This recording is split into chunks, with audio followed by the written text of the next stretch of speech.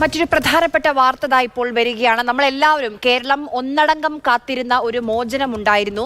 18 വർഷമായി ജയിലിൽ കിടക്കുന്ന അബ്ദുൾ റഹീമിന്റെ മോചനം, അതിൽ ഇപ്പോൾ വിധി പിന്നീട് എന്ന തീരുമാനത്തിലേക്ക് കോടതി എത്തിയിരിക്കുകയാണ്. റിയാദ് കോടതിയുടെ തീരുമാനം, ഇന്ന് വിധിയില്ല എന്നുള്ളതാണ്. അബ്ദുൾ റഹീമിന്റെ മോചനം നീളും എന്നുള്ള വിവരമാണ് അറിയാൻ കഴിയുന്നത്. നമുക്കൊപ്പം സുരേഷ് വെള്ളിമുറ്റം ഏറ്റവും പുതിയ വിവരങ്ങളുമായി ചേരുന്നുണ്ട്. സുരേഷ്, ഇന്ന് പ്രതീക്ഷിച്ചിരുന്നു, കുടുംബവും കേരളവും ഓരോരുത്തരും പ്രതീക്ഷയോടെ കാത്തിരിക്കുകയായിരുന്നു.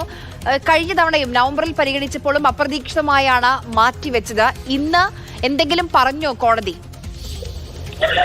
കോടതിയുടെ പരാമർശത്തിന്റെ വിശദാംശങ്ങൾ വരാനിരിക്കുന്നതേ ഉള്ളൂ. വിധി മാറ്റിവെച്ചു. അത് എന്നത്തേക്ക് മാറ്റി എന്നുള്ളതും അറിയേണ്ടതുണ്ട്. കാരണം ഇതിൽ പ്രോസിക്യൂഷന്റെ വാദം വളരെ ശക്തമായിരുന്നു. ഒരുപക്ഷെ അത് പരിഗണിച്ചുകൊണ്ടായിരിക്കണം കോടതിയുടെ ഭാഗത്തു നിന്നും ഇത്തരമൊരു തീരുമാനം ഉണ്ടായിട്ടുള്ളത്. പ്രോസിക്യൂഷന്റെ ഏറ്റവും പ്രധാനപ്പെട്ട വാദം എന്ന് പറയുന്നത് നീചമായ കൃത്യമാണ് റഹീമിന്റെ ഭാഗത്തു നിന്നും ഉണ്ടായത്.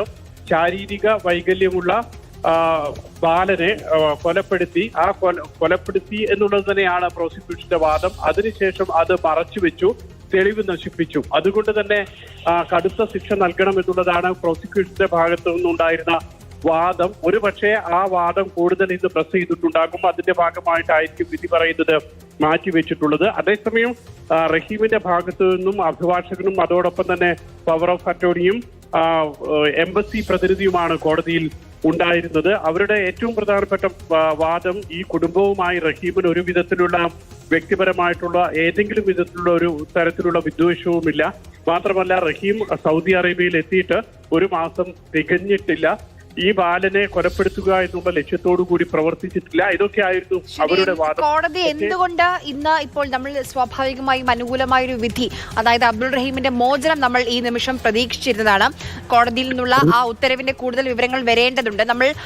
നമുക്കറിയാം, സ്വാഭാവികമായും ഒരു കുടുംബം, ഒരു നാട് മുഴുവൻ വലിയ പ്രതീക്ഷയോടെ കാത്തിരിക്കുകയായിരുന്നു.